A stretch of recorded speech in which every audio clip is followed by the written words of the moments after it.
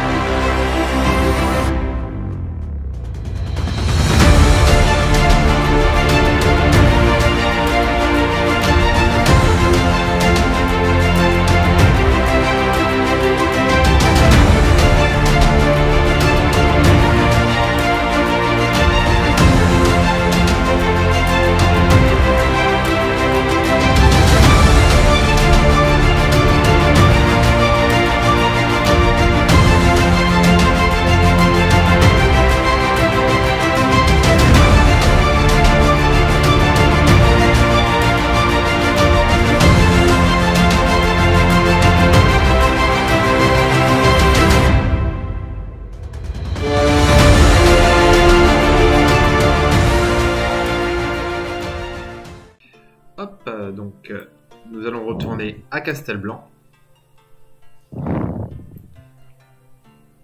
Tu es au cœur même de la ville. Tu es dans la guilde des voleurs. Et les différents membres, on va dire, un peu haut placés de la guilde des voleurs sont là pour t'écouter, puisque c'est toi, désormais, qui es leur chef. Donc tu vas me dire comment tu vas réorganiser la guilde, qu'est-ce que tu vas donner comme directive à tes généraux, tes commandants, tu peux les appeler comme tu veux. Je te laisse prendre la parole, et ils sont tous, ils t'écoutent tous. Super. Bon, je précise que c'est une totale improvisation puisque j'ai absolument rien préparé. Alors, très bien.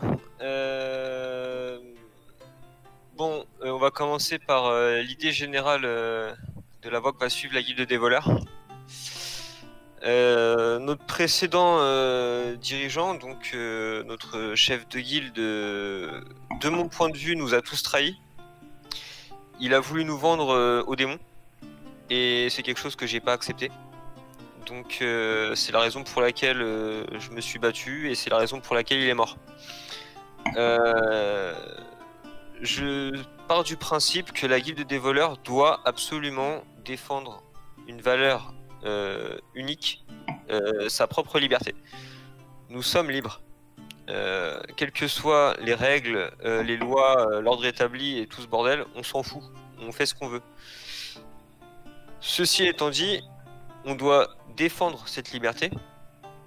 Et c'est la raison pour laquelle il est hors de question qu'on s'allie aux démons.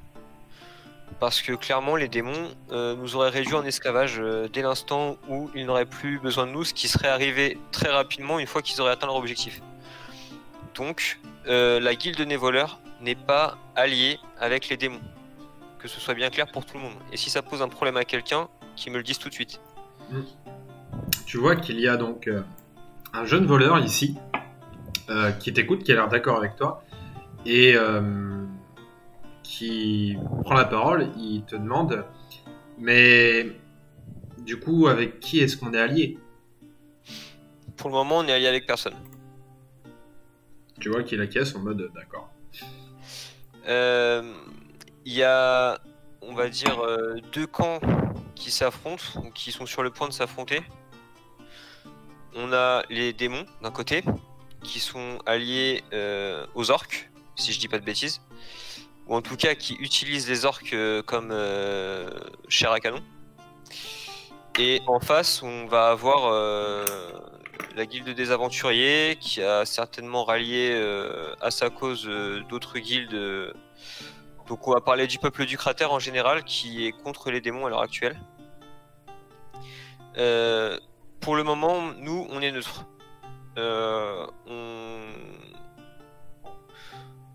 On se battra contre ceux qui nous attaqueront.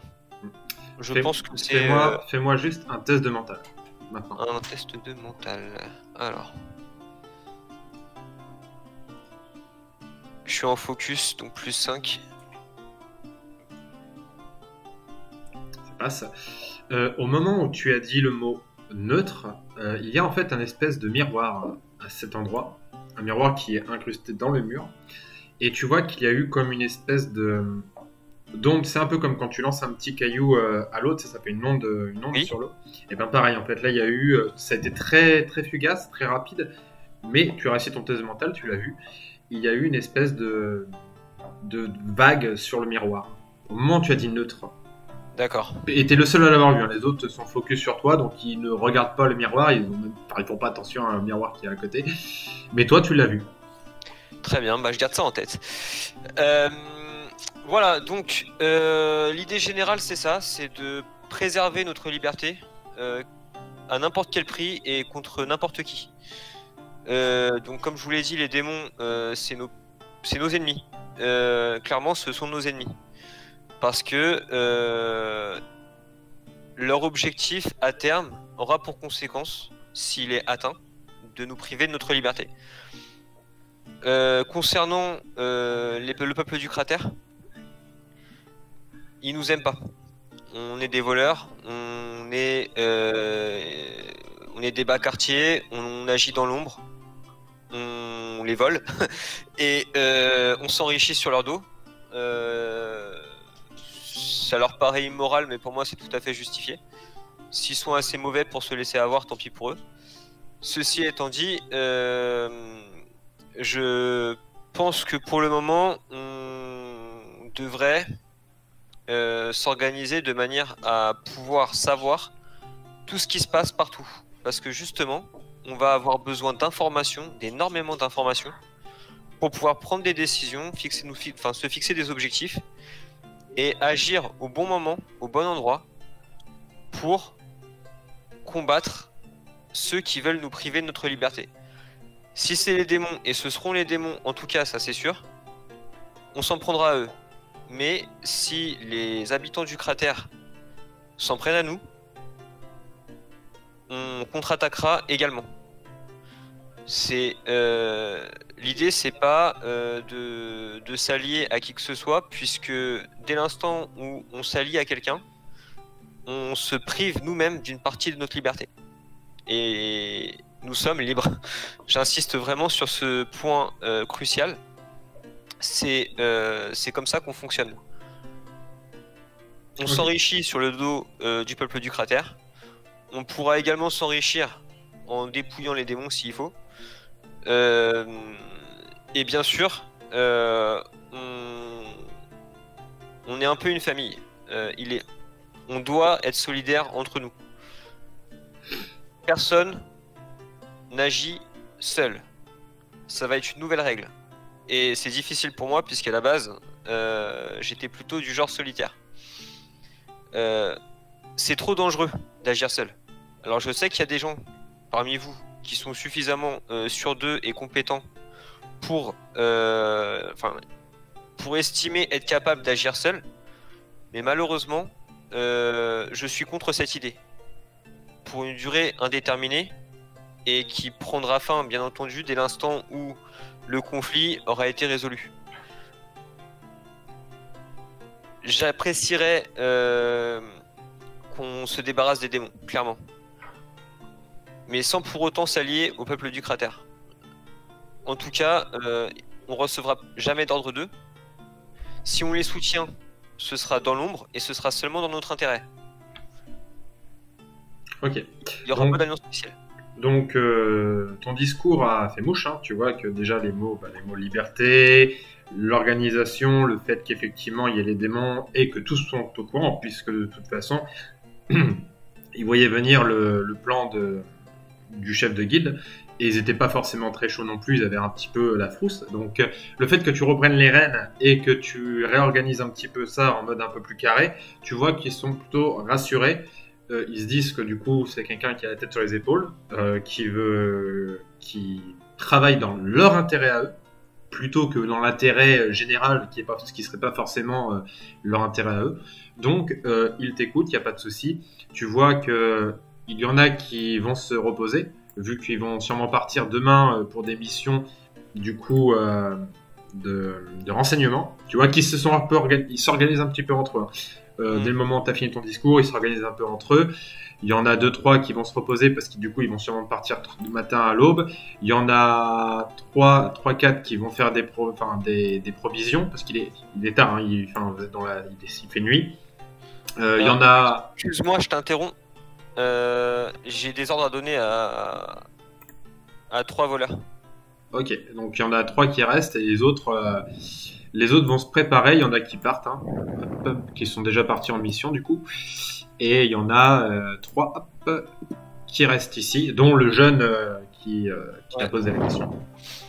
Je me souviens avoir vécu dans une petite maison à Castelblanc avec quelques-uns de mes anciens compagnons d'armes de la guilde des aventuriers. Et je sais qu'il y a quelques réserves, des artefacts, des choses que nous avons rangées à l'époque. Et notamment une racine d'hydraxyle, si je me souviens bien, qui permettait de concocter une potion de divination. Mm-hmm. Je souhaiterais que ces 3 voleurs profitent de la nuit pour aller récupérer tout ce qu'il y a dans la maison. Et surtout la racine. Pas de souci. Donc, je fais un truc rapidement. Ok. Ouh, une réussite critique. Oui. C'était, tu verras ce qui va se passer. Ok, donc ils t'obéissent et ils vont s'organiser, ils se barrent pour du coup faire la mission que tu leur as demandé. Tu te retrouves du coup seul dans le bureau du chef de guilde. Demain, tu auras des informations sur la table par rapport... Alors, tu vas pouvoir me poser des questions et selon les questions que tu vas me poser, je vais du coup te donner les informations selon si les voleurs ont ces informations. D'accord. Je vais me rapprocher du miroir. Ok. Alors, lorsque tu vas te rapprocher des miroirs, tu sens qu'il y a une espèce de résonance avec la lame divine. D'accord. Je vais approcher la lame du miroir, mais je la maintiens bien en main quand même. Ok, tu sens qu'en fait il s'agit... Alors c'est pas que ta lame va exploser ou qu'elle va attaquer le miroir ou il va y avoir un échange d'énergie, c'est surtout que tu ressens qu'il s'agit plus ou moins du même type d'énergie. C'est-à-dire qu'en fait, alors pas exactement du même type d'énergie, mais en fait en face de toi tu as un miroir où il y a une espèce d'énergie divine. D'accord. Et je te rappelle que ça s'est activé lorsque tu as dit le mot neutre. Oui. Je vais redire le mot neutre. J'ai neutralité et tout ce qui va avec. Ok, tu dis, Libre. tu dis le mot neutre. Ouais. Tu vois que le miroir de nouveau s'active comme une espèce de gouttelette d'eau qui fait plusieurs gouttelettes d'eau qui arrivent de tous les côtés. Ça vibre, le miroir n'est plus lisse, ça forme des espèces de vagues. Mhm.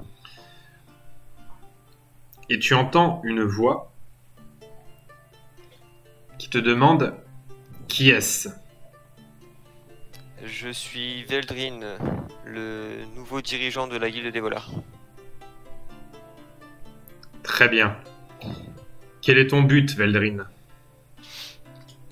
Préserver la liberté de la guilde des voleurs, éliminer les démons et rester neutre. Très bien, héritier du cratère. Je vais te laisser me poser des questions et je pourrai y répondre. Des questions, n'importe quelle question? N'importe quelle question. Tu auras le droit à 3 questions. 3 questions, d'accord. Alors...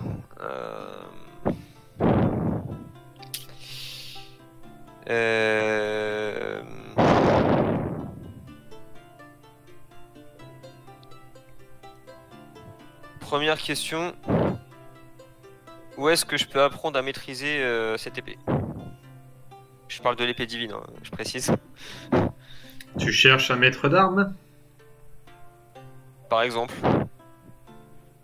Il y a éventuellement 2 personnes qui pourraient apprendre à maîtriser cette épée. L'une d'elles se trouve à Lyria. Il s'agit du dieu forgeron. L'autre se trouve dans la forêt noire. Il s'agit d'un banni d'Azeria. Un banni d'Azeria. Je vais te donner son nom. Il se nomme Ourmir. D'accord, merci. Deuxième question.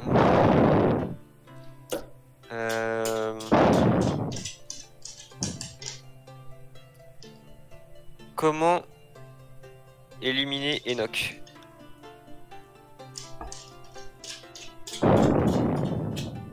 Une arme divine pourrait le vaincre. Oh, tant pis, ça c'est plus important. Comment je peux... Ah ouais.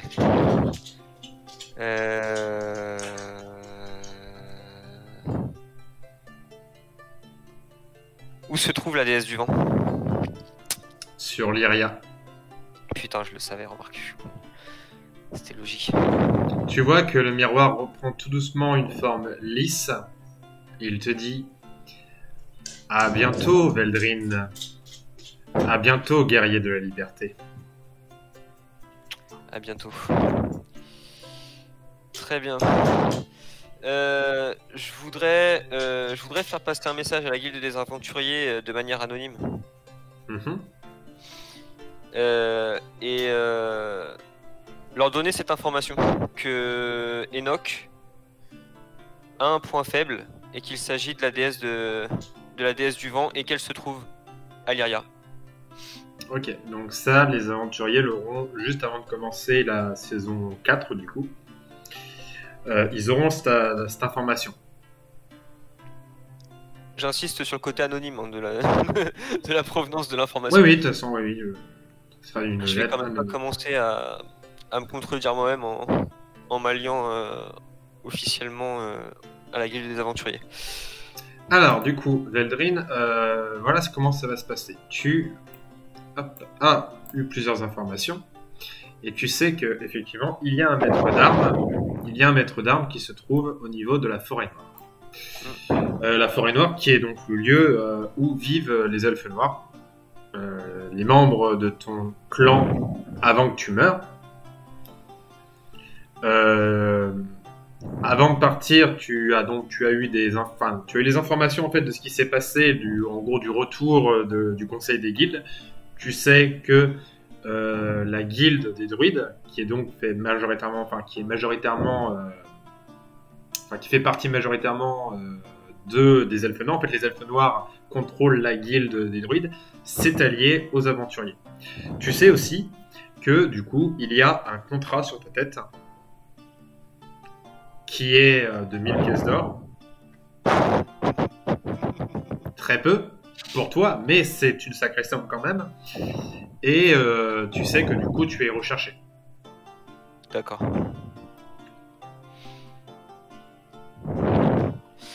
Oui, bah, de toute façon, j'ai un anneau d'invisibilité, donc ça me pose pas trop de problème. Et puis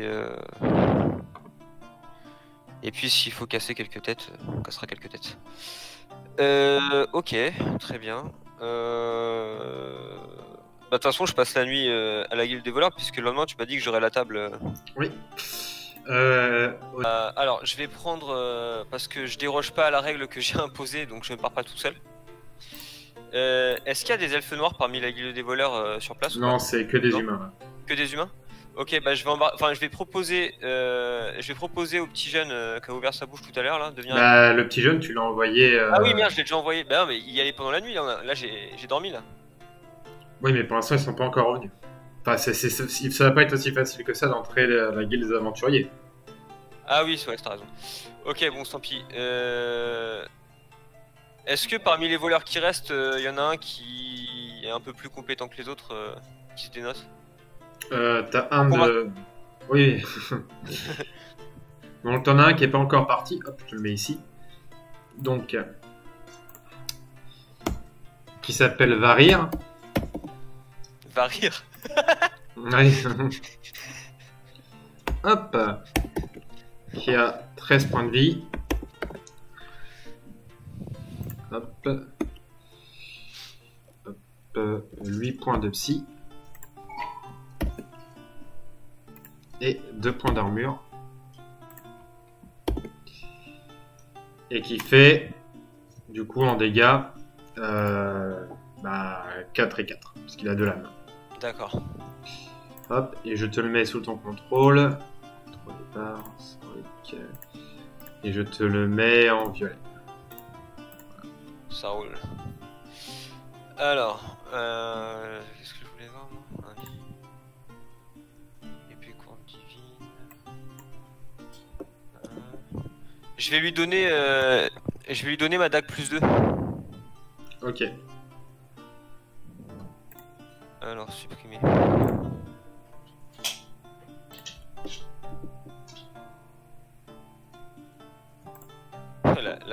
La dague, la première dague que j'ai volée. Tac, modifier, supprimer.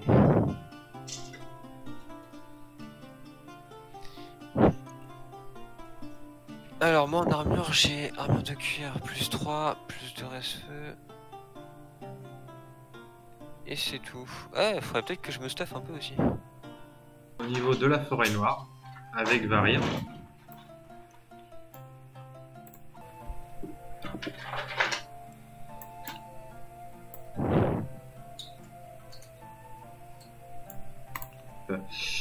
Vous arrivez dans une espèce de petite clairière avec Varir où il y a le cadavre de nouveau d'un géant, vous imaginez. Et au niveau de ses côtes, il y a un nain qui vous voit arriver. Il est à la fois sur la défensive, mais pas en mode il va vous attaquer, mais il se met sur la défensive et il dit bonjour. Bonjour. Vous êtes Des voyageurs en quête. en quête de quoi dans la forêt noire? Je cherche un homme en particulier qui devrait en toute certitude presque vivre reclus quelque part dans un coin et pas trop faire parler de lui.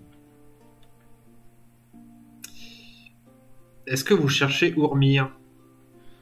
Oui, tout à fait, c'est bien ce nom qu'on m'a communiqué, en effet, oui. Eh ben, ça tombe bien, moi aussi je le cherche. Ah, Je me présente. Je m'appelle... Ah bah... Et non, hop. Je m'appelle Freyr. Fais partie du clan de Grunlech, Von Crane, et je suis à la recherche d'Ourmir. On m'a dit que c'était un maître d'armes légendaire et j'aimerais bien avoir son enseignement. Et vous, qui êtes-vous? euh... Je m'appelle Ragnar. Et... Ragnar, j'aime bien ce nom, ça fait un peu guerrier. Par contre, vous avez pas l'air d'un guerrier. Non, c'est une bonne blague. Mes parents m'ont appelé comme ça parce que c'était des guerriers justement et ils voulaient aussi que je sois un guerrier mais j'étais trop fragile et du coup je suis parti. Bon, c'est pas grave, il en faut pour tous les goûts, tu vois, qu'il te donne une bonne tape dans le dos en mode c'est pas grave, il faut aussi des fragiles, hein. Ouais, c'est ça exactement, exactement. Bah du coup on a qu'à le chercher ensemble puisque on va sûrement tous les deux devenir ses disciples. Oui, alors j'ai une piste justement, figurez-vous. Mais de ce que j'ai compris, alors j'ai trouvé un ancien parchemin dans la carcasse de ce géant, ce qui semblerait qu'Ourmir cache des indices pour qu'on puisse le trouver. Et alors je ne sais pas quel est son lien, mais il semblerait lié au géant. Vous savez, moi l'histoire j'y connais rien. Donc, Moi non plus. bon, quoi qu'il en soit, j'ai les coordonnées d'un autre cadavre de géant. Et par contre, il faut attendre la nuit pour avoir eh bien, le nouvel indice. D'accord. En tout cas, c'est ce que dit le parchemin. Bah très bien. Je vais juste faire un petit tour au niveau de la carcasse du géant, voir si je détecte une énergie ou si l'épée réagit. Tu vois que l'épée réagit légèrement puisqu'il s'agit du cadavre d'un géant, Mhm. mais depuis longtemps mort. Et même les arbres qui sont autour, tu vois qu'elles sont vidées de toute énergie depuis bien longtemps et que Rien à récupérer quoi. il y a un mal. Très bien.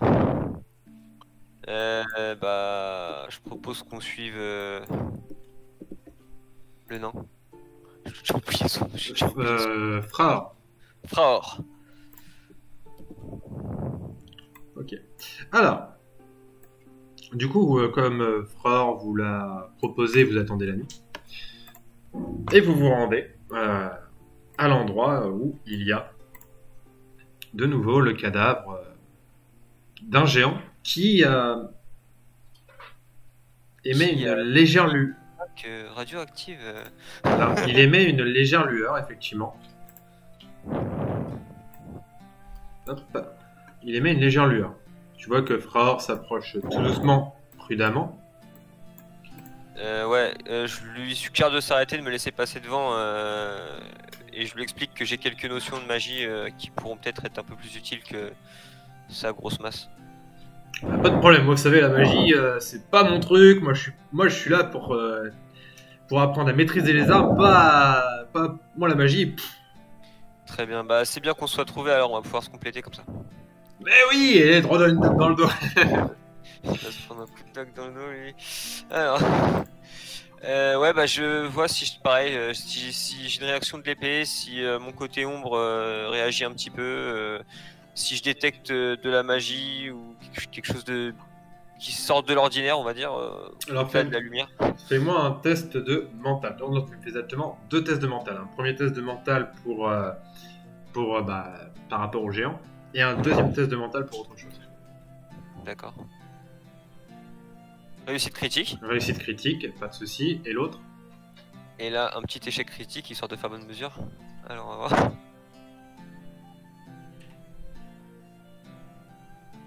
Non, ça passe aussi. 66, ça passe. Alors, tu as fait une réussite critique par rapport au géant, donc tu vois immédiatement où est l'indice. L'énergie et même le bras en fait du géant est par ici et en fait indique la direction. Tu sais, tu as même un souvenir en fait qu'il y a une ancienne ruine un peu plus loin et de ce que tu comprends, de la direction que ça donne, tu imagines que c'est sûrement là que se cache Ourmir. Par contre, du coup, tu remarques, enfin, tu as de nouveau un autre souvenir qui vient à toi. Tu sais que l'endroit où vous êtes, c'est un endroit sacré pour les elfes noirs et qu'ils ont enchanté, en fait, qu'il y a des elfes noirs qui ont, on va dire, sacrifié leur vie pour devenir des espèces de gardiens magiques de cet endroit et qui sont forcément, enfin, qui sont dans le coin, que vous êtes en train de piétiner le lieu sacré en fait de ces gardiens et du coup qu'ils vont apparaître d'une seconde à l'autre. Ok, bah je lui dis on se casse par là-bas, la direction du bras, et on traîne pas ici surtout. Alors, tu vois, ils vont apparaître, hein, tu n'as pas le temps de... D'accord, dommage. Yop. Il y a donc 4 elfes noirs, tu vois qu'ils sont... Enfin, ils sont noirs comme son nom l'indique, mais ils ont une certaine pâleur dans la peau, c'est limite grisâtre. Comme s'ils avaient perdu en fait la notion de... Enfin, entre guillemets de leur humanité, non, mais en tout cas, c'est pas des humains, mais en tout cas, ils ont perdu la notion, leur libre arbitre. Ce sont plus maintenant des créatures, des gardiens, comme leur nom l'indique, que des elfes noirs. La fuite. Je préconise la fuite. Donc, tu vas pouvoir arriver à cet endroit-là, puisque tu as fait une réussite, donc tu as prévenu Fraor, donc Fraor te suit, donc je te laisse aller devant. Mais par contre, vous allez forcément trouver un des elfes sur votre route. Ok. Je te laisse arriver à ce niveau-là. Tu vois que Fraor te propose de passer devant, et parce qu'il te fait signe qu'en gros il va taper. Ouais, non, mais il faut pas taper, putain. Ah, je sais, je vais utiliser le piège ombre sur celui-là. Ok, vas-y, fais-moi un test de mental. Alors. Piège ombre 2 pp, moins 1, ça coûte 1. Hop. Et test de mental. 70, ça passe. Tu vois que tu utilises tes pouvoirs pour bloquer le gardien, qui du coup ne bouge plus. Fraor a compris ce que tu as fait, donc il te fait confiance, il passe à côté, hop, sans le frapper, et vous pouvez continuer votre route puisque les autres sont en hauteur. Vous avez agi vite, vous êtes en train de quitter leur territoire, ils sont là pour protéger le territoire, pas pour poursuivre les gens. Donc ils vous laissent partir. Bon, on est d'accord que vu que j'avais fait une réussite critique, si j'avais détecté une énergie intéressante sur le corps du géant pour l'épée, je l'aurais su. Oui, là c'est... Je dis, là c'est des... Ouais, c'est mort depuis longtemps, il n'y a rien à récupérer, très bien. Voilà. Hop, alors... Okay.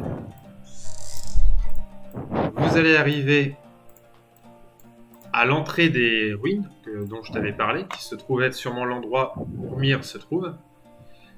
Seulement...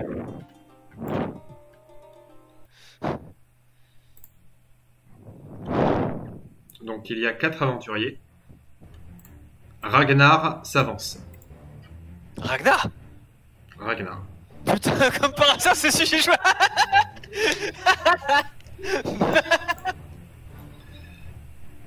Il te dévisage et te dit ça fait longtemps, Beldrin. Merde. C'est vraiment dommage que tu aies envoyé tes voleurs nous voler le jour où j'étais là. Tout à l'heure, quand tu as envoyé tes voleurs, j'ai lancé 2 dés. J'ai lancé un dé pour la réussite des voleurs et un dé pour la réussite des aventuriers. J'ai fait une réussite critique. Et donc, ils ont réussi à la fois... Je me suis douté que ça pourrait être ça. Mais ils ont réussi à la fois à arrêter les voleurs et en même temps à leur soutirer des informations. Et du coup, ils ont réussi à savoir que tu étais ici. Alors, il n'y a que cette équipe d'aventuriers, les autres ne sont pas au courant. Ils ont agi seuls, pour le coup, puisque Ragnar te dit, Veldrin, il est temps de te rendre. Ragnar, je te suggère de te rendre tout de suite, sinon tu vas mourir. J'ai pas le temps à perdre avec ces conneries, j'ai pas envie de t'expliquer quoi que ce soit. Je suis pas ton ennemi, mais m'oblige pas à le devenir. Tu as trahi la guilde des aventuriers, Veldrin. Le monde entier est à ta recherche. Désolé, mais c'est si tu ne veux pas t'arrêter, c'est moi qui t'arrêterai. Je vais sortir l'épée divine. Je vais la pointer vers lui dans sa direction et je vais lui demander s'il veut vraiment s'y frotter. Parce qu'en plus, il a vu de quoi elle était capable cette épée. J'ai détruit un géant devant lui, je crois, de mémoire. C'était Oui, un... c'était un troll, je ne sais plus. Un troll, c'était un troll, je crois, oui. Je suis désolé, mais tu connais mes principes. Quelle que soit la force de l'adversaire. T'es vraiment prêt à mourir pour tes principes? Bah oui, je suis un aventurier. Moi, au moins. Ton cahier. Hop. Hop. Tac. Je vous laisse vous mettre en posture. Hein. Non mais ils sont fous, enfin ils sont stupides ces aventuriers, franchement ils sont stupides ces aventuriers. T'as un arrêt sur ta tête. En plus, c'est Otani qui l'a lancé. Donc pour Ragnar, c'est même au-delà de ça, c'est une affaire personnelle. Donc Ragnar, j'ai pas trahi la guilde des aventuriers, bordel, t'as rien compris. alors pourquoi est-ce que t'es pas réapparu? Pourquoi est-ce que tu nous as pas expliqué? T'as disparu avec l'arme divine. Et c'est la seule façon dont on a maintenant de vaincre Enoch. Donc au bout d'un moment, soit tu nous rends l'arme divine pour qu'on l'utilise ensemble, soit eh bien on va la récupérer. Ragnar, désolé de te dire ça aussi abruptement, mais vous êtes pas compétent. La guilde des aventuriers, vous êtes une blague. C'est pour ça que je suis parti avec l'épée. Vous faites pas le poids, c'est tout. Je vais m'occuper d'Enoch. Alors juste laisse-moi faire. Donc bah tu es face à Ragnar et à d'autres aventuriers, un bretteur, un druide et un archer, qui ont l'air d'être là pour récupérer l'épée. Hop, tu vois que Freyr, lui, il se fait pas trop de quoi il s'agit. Il s'en fout un peu en fait, à vrai dire. Il voit juste qu'il y a des gens qui bloquent le passage. Et hop, il se met un peu devant toi et il fait bon, on va pas discuter pendant 3 heures. Oh putain,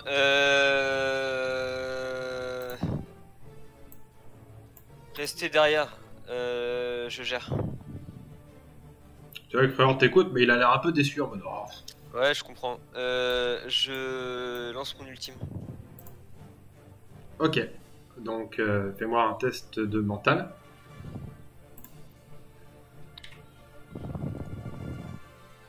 « 65, ça passe. Donc Ah, tu... ouais. Dis-moi.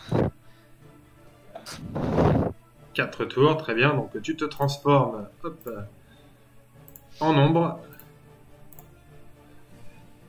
Tu te transformes en ombre. Tu vois que...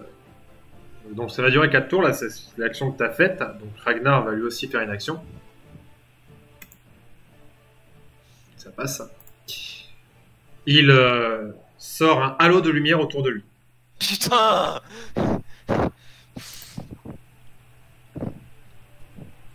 On remarque qu'on m'en fout en fait. Enfin, ici, il me contre, mais je le contre en fait. L'ombre et la lumière s'opposent, c'est ça? Oui, mais en fait, il est dans une zone. Ça, la lumière est dans une zone, c'est-à-dire que tu peux pas pouvoir entrer parce que t'es une ombre. Tu peux pas pouvoir entrer dans la lumière. Tu vois ce que je veux dire? D'accord. Ok. Mon voleur, je le fous en retrait ici, il se planque. Mm-hmm. Et donc moi, je suis en ombre. Attends, c'est quoi? Il faudrait une skin. Bon, c'est pas grave, on verra plus tard. Alors. Je peux voir le halo ou pas? Je vois pas de halo là. Euh... Alors attends, bouge pas. Je te mets ça tout de suite. Hop. Hop.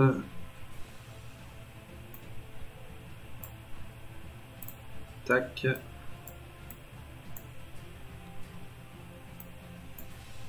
Voilà.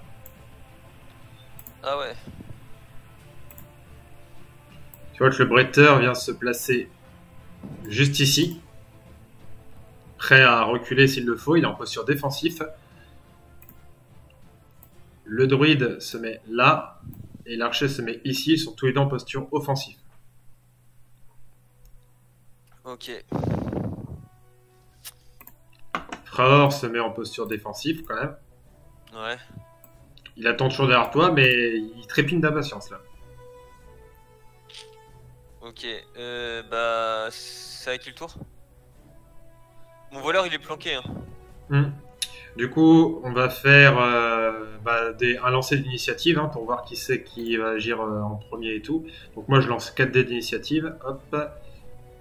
Tac. 85-15. Alors, dans l'ordre, ça veut dire que c'est Neil en premier 85, Ragnar 15. Comment il s'appelle lui? Hop. Zorf 30. Et Elfrin 26. Hop. 15, donc c'est entre Ragnar et toi.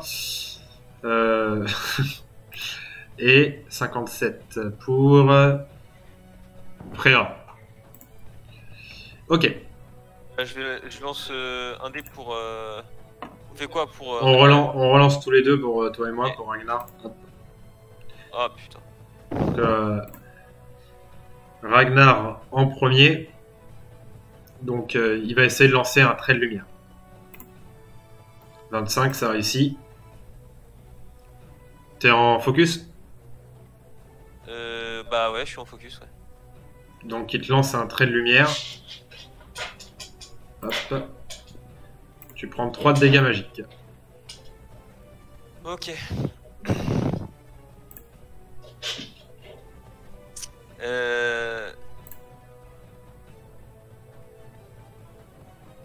Bah, est-ce que je peux me déplacer et. Oui, par contre, oui, tu peux faire ça. Ouais.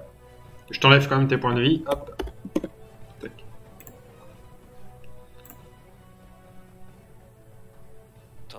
Putain de Ragnar, il me fait chier.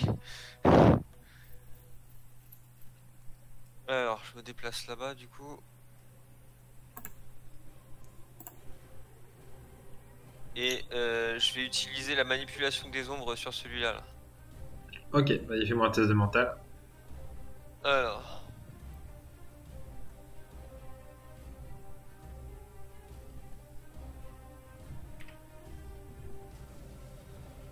Ça marche, donc tu utilises la manipulation des hommes. Je te laisse enlever tes points d'option en même temps. Parce que là, du coup, tu les as enlevés, tes 20 points pour. Oui. Ok. Donc, manipulation des ombres. Du coup, ouais, tu utilises la manipulation des ombres, donc tu le contrôles. Ouais, et bah maintenant, bah, je vais le forcer à casser son arc. Ok, pas de problème. De toute façon, tu le contrôles, donc il brise son arc. Donc effectivement, maintenant, il y a un archer sans arc.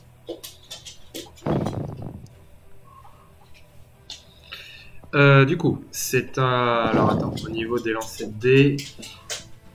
26, 30 et 85. Donc ça fait 26. Donc c'est à l'archer de jouer, ensuite au druide, ensuite à Freyr et ensuite à Nil. Ok. Donc du coup, l'archer, il est manipulé. Donc fais-moi un lancer de combien de tours tu vas le contrôler? Un des 4. Ah.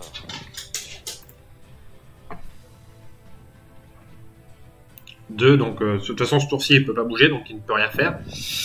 Le druide, hop, il se tourne vers toi, il est en posture offensif. Tu vas lancer un sortilège, il est à 70. Ça passe pas, il loupe son sortilège malheureusement. Donc il va pouvoir se déplacer, il va se mettre dans la lumière.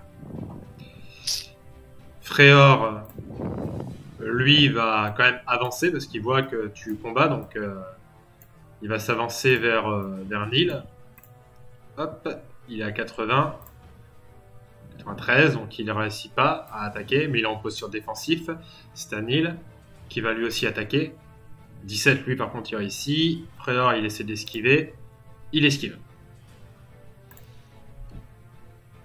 Donc là, c'est le premier tour. De nouveau, ça va être à Ragnar d'agir. Il a lancé un dé pour la durée de son halo, lui? Non, c'est le halo de lumière qu'il a sur lui, donc il n'y a pas de durée. C'est son armure qui est magique. Ah, ça s'arrête jamais. Mhm. Bordel de merde. 81, ça ne passe pas. Donc il ne réussit pas son action. Il attend de voir ce qui se passe. C'est à toi. Ok.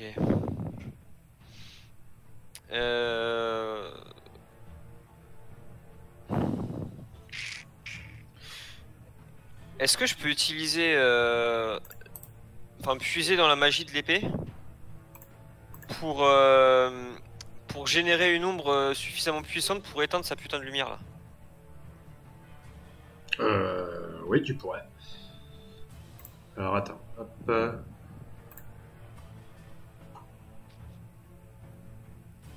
Alors c'est un artefact magique, donc en gros tu veux couvrir avec l'ombre, tu veux faire une ombre plus puissante que la lumière, ça va te coûter 10 points de psy. Ok, je balance ça. Geste mental toujours? Mhm. Putain! Ça ne passe pas malheureusement. C'est sournois, non? C'est sournois, c'est sournois. Non, c'est pas sournois, c'est un mec, c'est... C'est sournois de d'éteindre la... Eh, fallait y penser! J'utilise mon avantage, je suis sûr qu'il m'en reste un. Non, c'était pas sur le bon personnage. Donc tu essayes l'ombre essaie de couvrir la lumière, mais malheureusement ça manque de peu. La lumière réussit à repousser l'ombre. Ok, bah je vais utiliser l'archer manipulé Mhm.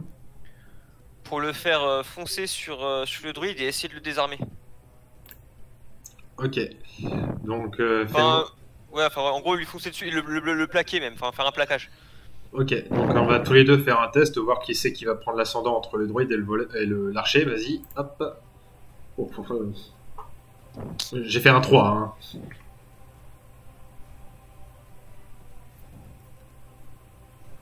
Tant pis. Donc tu vois que l'archer fonce sur le druide. Donc le druide a fait une réussite critique. Donc il va réussir à bloquer l'archer et À l'assommer. Ah non, c'est un magicien, il va réussir à utiliser son pouvoir en fait pour enlever le sortilège que tu lui as mis dessus. Putain de merde, fais chier.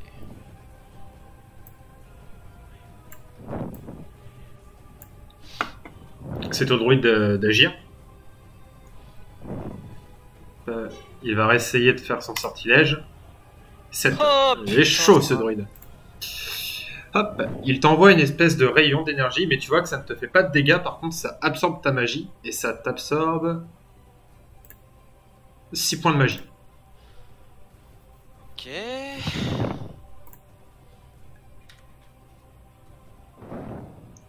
Ensuite ça va être à Fréor, qui va de nouveau attaquer. Cette fois-ci ça passe. L'autre étant défensif, il est à 70. Ça passe aussi, il esquive. De même, il essaie de l'attaquer. Ça passe pas. Tu vois qu'il y a un combat qui se fait entre Nil et Fréor, mais il n'y en a aucun qui arrive à prendre l'avantage sur l'autre. C'est un petit peu, il y en a un qui attaque, l'autre il part, l'autre il attaque. Voilà, il y a une espèce d'égalité en fait entre les deux. Ok, je peux parler? Oui. Ragnar, Oui. tu veux déclencher une guerre entre la guilde des voleurs et la guilde des aventuriers? La guilde des voleurs? Mais qu'est-ce que ça a à voir avec... Il est pas au courant hein, que t'es le... Bah, les voleurs que t'as attrapés hier soir, c'est moi qui les ai envoyés. Ils sont sous mes ordres. Tu veux déclencher une guerre entre nos deux guildes? C'est toi qui as déclenché la guerre là, c'est toi Non. qui... Tu comprends rien. À l'heure actuelle, j'ai décidé de m'opposer à Enoch. et de rester neutre vis-à-vis de la guilde des aventuriers. Est-ce que tu veux entrer en guerre avec la guilde des voleurs? Est-ce que tu peux prendre cette responsabilité d'ailleurs au nom de ta guilde? Alors ça fait mouche, parce que connaissant le caractère de Ragnar, c'est pas le genre de mec à prendre des décisions. Donc tu fais un test de social pour voir si ça va fonctionner. Alors t'as combien en social? Il me semble que t'es pas beaucoup. Hein. Bah j'ai 20 en social plus 30 avec ma cape de noble. Et tu vas me... Alors t'es à 50, tu vas me rajouter 10%. Tu vas être à 60. Parce que les arguments font mouche quand même, donc... J'utilise les 5% de focus ou pas? Oui, tu peux. Donc 65.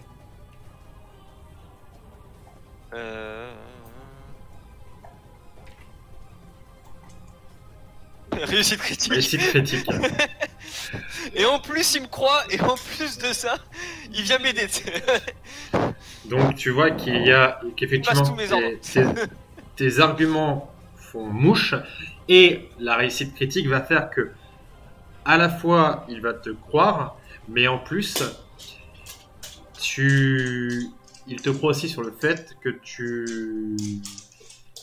tu maîtrises mieux la situation que lui, et du coup peut-être qu'effectivement il faudrait peut-être pas te capturer et plutôt te laisser faire.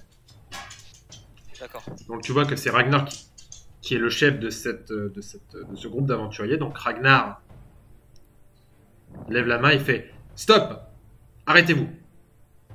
Il coupe son rayon de lumière. Il se tourne vers toi. Il avance. Et il te regarde droit dans les yeux et te dit « Veldrin, est-ce que tu peux me certifier sur l'honneur, enfin, sur ton honneur, que les actions que tu es en train de mener ne vont pas nuire à l'humanité ?» Non. Par contre, je peux te certifier que ça nuira aux démons. À toi de voir ce que ça veut dire. Très bien. Laissez-les passer. Tu vois que les autres sont un peu en mode j'en assumerai les conséquences. Laissez-les passer. Donc Neil rengaine ses armes. L'archer n'a plus d'armes, donc il se met sur le côté. Le druide se met aussi sur le côté. Et Ragnar vous laisse passer. Et juste il te dit, Veldrin, fais attention à Otani car je crois qu'elle ne sera pas aussi facile à convaincre que moi. Ouais, j'espère ne pas la croiser trop vite.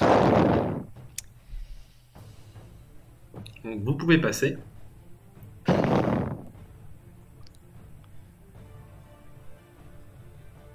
Hop, ah oui, frère. Alors, multi se désactive du coup. Ouais, je te remets. Hop. De bonne couleur. Et. Attends. J'ai embarqué Ragnar avec vous, non? Ragnar va rester là. Et donc, vous arrivez au bout d'un certain temps devant des espèces de ruines. Avec Freyr, Varir et toi. Freyr te dit je pense que c'est ici. Je pense que c'est à l'intérieur de ces ruines que doit se cacher le maître d'armes. Très bien. J'ai entendu dire qu'il s'agissait d'un nain. Donc, forcément, il doit se trouver sous terre. D'accord, bah... Je propose qu'on entre. Peut-être un petit tour de terrain quand même en observation. J'envoie Varir d'un côté et puis je prends l'autre côté pour chercher un peu s'il n'y a pas des pièges ou des trucs, enfin quelque chose de caché, un interrupteur, une trappe, enfin... Tu vois que donc vous observez un petit peu, il n'y a pas de piège. D'ailleurs, Freyr, lui, avance en mode... En mode nain. En mode nain, voilà. Et il a l'air d'être satisfait de passer sous terre. Bon, bah on n'a rien trouvé, tant pis. Alors, vous êtes où? Bon, alors bougez plus. Tac.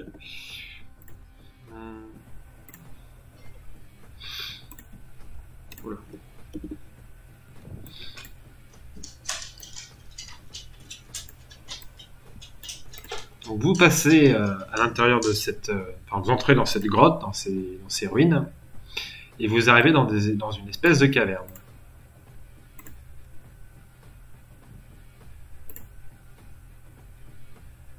Oh, c'est cosy. Donc je vous laisse avancer. Hein. Ok.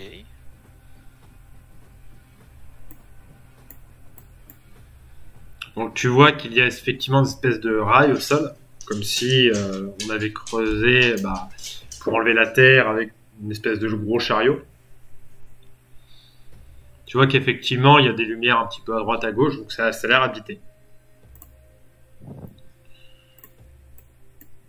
D'accord. Bah... y a quelqu'un? Donc lorsque tu dis ça, effectivement ta voix résonne, et t'entends une voix rauque. Qui est là? Un disciple potentiel. 2 disciples potentiels. Le frayeur te fait oui, oui, oui, oui, oui. Ah, qui vient encore m'enquiquiner? Là, tu vois une espèce de nain sortir un peu de la pénombre. Un nain avec un certain âge. Hein. Il te semble extrêmement vieux. Des disciples? Des disciples, pourquoi? Bah, je vais sortir l'épée divine et je vais lui montrer et puis lui dire je voudrais apprendre à maîtriser ça. Et Tu vois qu'il écarquille les yeux en mode mais où avez-vous trouvé ça? je l'ai volé à des démons. Des démons? Oui. Des démons ou des dieux? Je l'ai volé à des démons qui, je pense, l'avaient volé à des dieux à l'origine.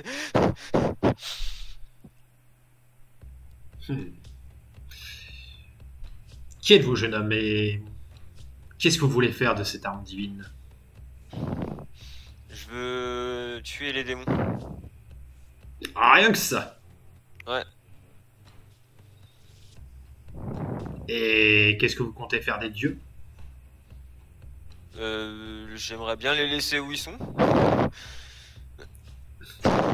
Et vous pensez qu'ils vont vous laisser où vous êtes avec ça? Comment ça? Vous ne savez pas du tout qui je suis. Non, j'ai été guidé vers vous.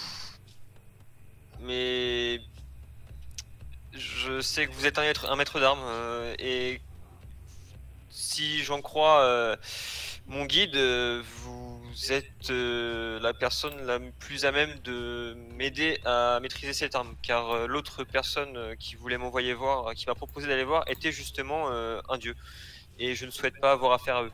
Là, tu vois que Freyr passe à côté de toi et dit bah, en fait, il a été l'apprenti d'un dieu. Merde. Là, tu vois que Urmir explose de rire et te dit ah, c'est du passé tout ça. Mais venez, je vais un peu vous expliquer dans quel bourbier vous êtes mis. D'accord. Hop, et là, il vous emmène, enfin, il se dirige en tout cas, vers une espèce de petite cavité où il y a un feu. Hop, au centre, il s'assoit. Donc, Freyr fait de même. Et il vous propose de vous installer. Merci.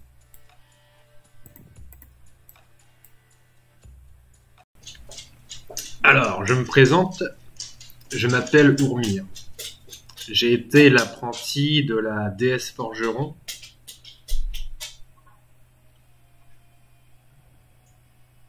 Fokana. Pendant des centaines d'années, Shulor, le dieu de l'existence, m'a octroyé une vie plus longue. Ce qu'il faut savoir, c'est que cette guerre est partie de rien. Cette guerre est partie de la jalousie des dieux. La guerre qui a créé le cratère. de base, les géants protégeaient le cratère, enfin, ce qui était avant le cratère, ce qui était une terre fertile, sans conflit. Mais il semblerait que la jalousie est venue des dieux. Alors on ne sait pas lequel a glissé à l'oreille d'Astol, qui est le plus puissant des dieux, qui est le dieu de la magie. Quoi qu'il en soit, Fokana a voulu récupérer toutes les armes divines, c'est elle qui a voulu les confisquer. Et Astol a décidé d'exterminer les géants par pur orgueil et par pure jalousie. Mais sachez que les dieux sont des êtres bien particuliers. Et surtout, ils ont été manipulés. Cette guerre vient de l'un d'eux. Et votre démon, Enoch, de ce que j'ai compris, je considère que vous lui avez un peu expliqué la situation quand même.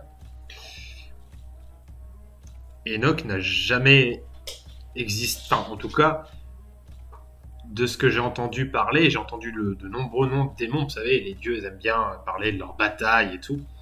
J'ai jamais entendu parler d'un Enoch. D'accord. Mais en tout cas, je peux vous apprendre à manier cette arme, mais il est temps d'ouvrir les yeux, jeune homme. L'ennemi n'est peut-être pas exactement celui que vous croyez. C'est pas un démon. Je ne sais pas. Tout ce que je sais, c'est que l'un des dieux a potentiellement... Enfin, c'est même pas potentiellement, c'est que je le sais. L'un des dieux a attisé la jalousie de Fokana, a attisé l'orgueil d'Astol. Et les démons n'ont pas de contact avec les dieux. Donc c'est l'un d'eux, et même pour jouer un petit peu sur les humeurs des dieux, puisque les dieux, comme je vous l'ai dit, sont bien particuliers, ils ont des caractères propres, et donc forcément des défauts énormes. Et c'est assez simple de les orienter dans une direction si on les connaît.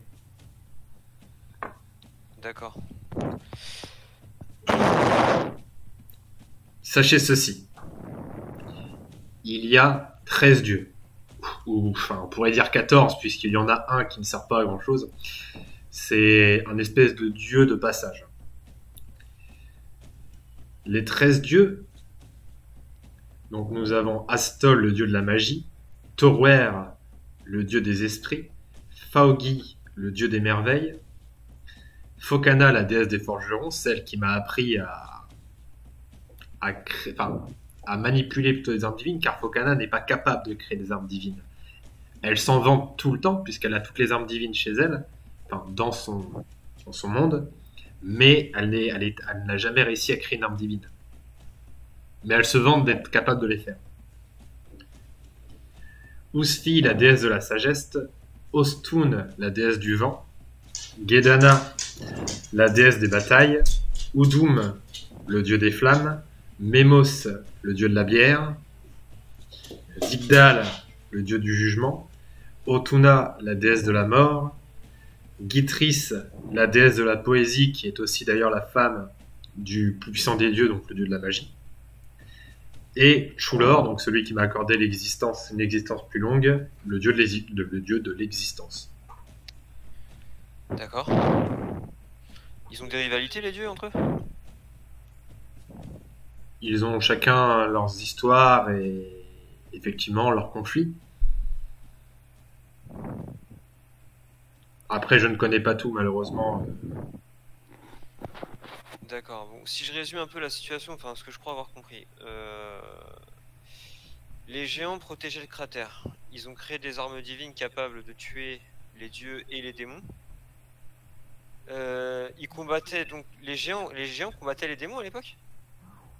Chacun était réparti sur son territoire et il n'y avait pas vraiment de guerre. Pourquoi les géants ont décidé de créer les armes divines? Ça malheureusement, personne ne le sait.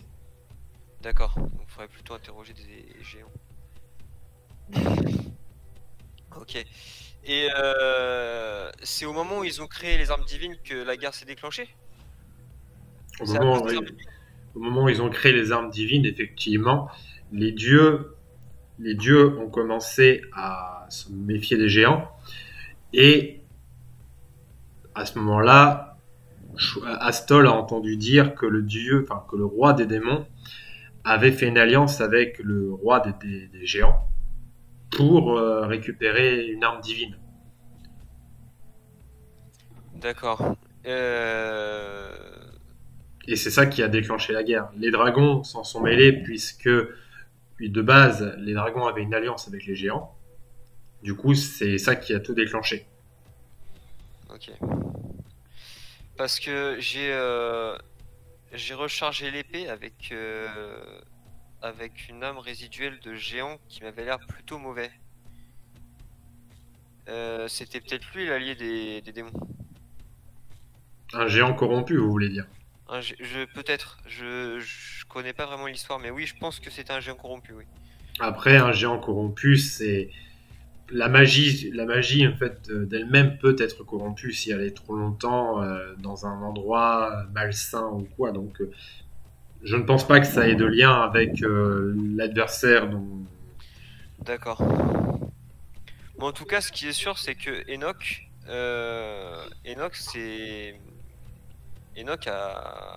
même si c'est pas un démon, ou en tout cas que c'est pas un démon connu, il a quand même à sa botte beaucoup de démons. Et il a de sérieux pouvoirs. Donc, à l'heure actuelle, c'est lui l'ennemi du cratère. Il essaye de prendre le contrôle du cratère, il veut asservir le cratère. Et, et je sais que cette arme, à l'heure actuelle, est la seule chose que j'ai à disposition pour pouvoir l'éliminer. Et c'est pour ça que je veux la maîtriser. Ensuite, ce qui concerne les dieux, j'avouerai que c'est pas du tout ma priorité pour le moment. J'en ai vu aucun de dieu, hein. J'ai pas vu de dieu ici. Par contre, des démons, j'en ai vu. Très bien, alors je vais vous former et vous, Fréor, qu'est-ce que vous voulez exactement? La Fréor est en mode oh là, moi, je veux juste apprendre à maîtriser les haches. Donc, Ourmir le regarde un peu en mode oui, bon, bah écoutez, si vous voulez apprendre à taper, on va vous apprendre à taper. Tant qu'on y est, Varir, il peut peut-être apprendre des trucs aussi, non? Alors, oui, il pourra aussi apprendre certaines choses, mais après, il n'a pas les compétences forcément pour. Enfin, il apprendra pas aussi vite que toi. Non, Tu mais vois. l'idée, c'est de lui enseigner 2-3 bases, histoire qu'il soit un peu plus balèze. Mm. Je ne demande pas à en faire un guerrier non plus, quoi. Un guerrier divin, mais. Mais ouais, un petit bretteur, pourquoi pas, quoi. Donc, ce qui va se passer, c'est qu'Ourmir va t'apprendre à maîtriser mieux l'arme divine. Donc, tu vas avoir une compétence, hop, une compétence dessus. Donc, tu as 52 physique. Mm. Donc, je te rajoute. Donc, je mets arme divine. Quelle que soit l'arme divine que tu vas utiliser, Oh. tu auras 5, 6, 7, 6, 7, 20%. D'accord. Donc, tu seras 5, 6, 7, 70. 70, ouais. Donc, ça va mettre un certain temps. Mhm. Donc, il t'apprend à maîtriser l'arme divine, il va apprendre à Frère à maîtriser la hache. Mieux, il va apprendre à varier, à se spécialiser dans le maniement des armes, des couteaux, enfin des dagues. Mhm. Donc, il était Varir, de base, je l'aurais mis à 60, il va passer à 80. D'accord. Ça mettra un certain temps. Tu apprends du coup aux côtés de Vourmir certaines caractéristiques de certains dieux, donc ceux qu'il a côtoyés, il n'en a côtoyé que 2 malheureusement. Donc Fokana, la déesse forgeron, qui du coup, de ce que tu apprends d'elle, C'est quelqu'un qui est très, enfin, qui, euh, qui est très vantard et qui veut absolument tout savoir, enfin maîtriser enfin, créer tout type d'armes. C'est ça en fait. Lors de la guerre du cratère, c'était l'une des premières à demander à ce qu'on fasse la guerre aux géants, puisque Elle voulait s'accaparer les armes. elle voulait s'accaparer les armes et essayer de s'en attribuer le mérite. D'accord. Et Chulor, le dieu de l'existence, qui lui a aussi participé à la guerre, et son argument pour entrer en guerre, c'est que les géants, au lieu de protéger au lieu de protéger eh bien, les différentes races dans le monde, on va dire, donc les humains n'étaient pas encore dans le cratère, mais ils étaient sur un autre territoire, c'est que la création de ces armes, c'était un acte de guerre, et ça mettait en péril les créatures vivantes. Puisqu'il se crée des armes, donc arme égale mort, et lui c'est le dieu de l'existence, donc mais c'est quelqu'un qui est plutôt dans la paix et juste en fait, pour lui, les choses n'ont de valeur que quand elles sont vivantes. C'est pour ça qu'il déteste la déesse de la mort. Il l'exècre. Enfin, il ne comprend même pas pourquoi elle existe en fait. Pour le coup, le dieu de l'existence qui comprend pas l'existence de. C'est pas mal. Il comprend pas l'existence de la mort. Pour lui, la mort n'a pas sa place en fait dans ce monde. S'il pouvait, tout le monde vivrait éternellement. Et tant que les choses sont vivantes, ça veut dire qu'elles existent. Je comprends. Il a pas d'infos sur la déesse du vent par hasard. Il l'a pas côtoyé plus que ça. Ouais. Et la déesse du vent, de ce qu'il en sait, c'est quelqu'un d'assez volage.